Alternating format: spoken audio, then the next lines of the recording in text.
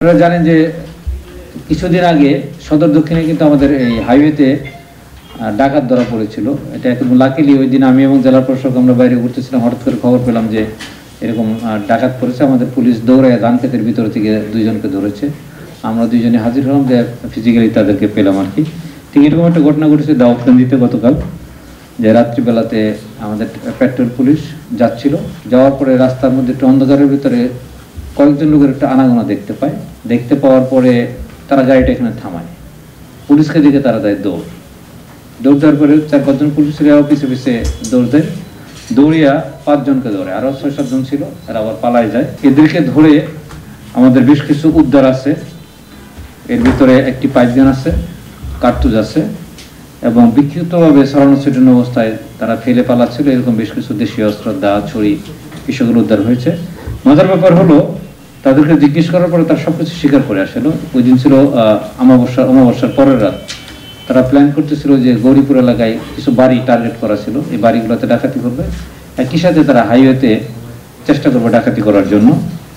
তো এই গ্রুপের আমরা 5 জন সদস্যকে গ্রেপ্তার করতে পেরেছি।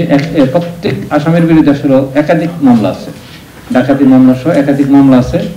এবং আমরা প্রাইমারিলি তাদের সাথে জিজ্ঞাসাবাদ করে যেটা জানতে পারেছি, তারা এমন কিছু ডাকাতির কথা বলেছে তারা আশেপাশের জেলাতে খুব ওয়ান্টেড। এবং আমাদের কুমিল্লাতে তো করেছে বেশ কিছু ডাকাতি, এই তাদের কাছ থেকে আমাদের ডিটেক্ট করা সম্ভব হবে।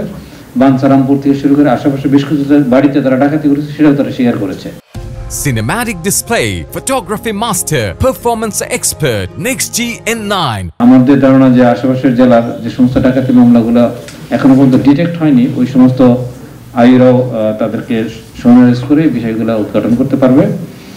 এই ডাকাতি যারা অ্যারেস্ট হয়েছে, তাদের যে একদম মাস্টার মাইন্ড আসলে কুমিল্লার বাইরে থাকে।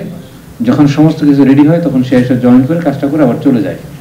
আমরা তাদের নাম ঠিকানা পেয়েছি, এবং তারা ডাকাতি করে যে সমস্ত স্বর্ণ কিংবা মূল্যবান সামগ্রী পায়, এগুলো কেনার জন্য কিছু নির্দিষ্ট তাদের ডেডিকেটেড কিছু দোকান আছে, স্বর্ণের দোকান প্লাস অন্যান্য ইলেকট্রনিক্স কিংবা দামি জিনিসপত্র কেনার দোকান ব্যক্তি আছে, তাদের নাম ঠিকানা আমরা পেয়েছি। আসলে আমাদের এই অভিযানটা চলমান থাকবে।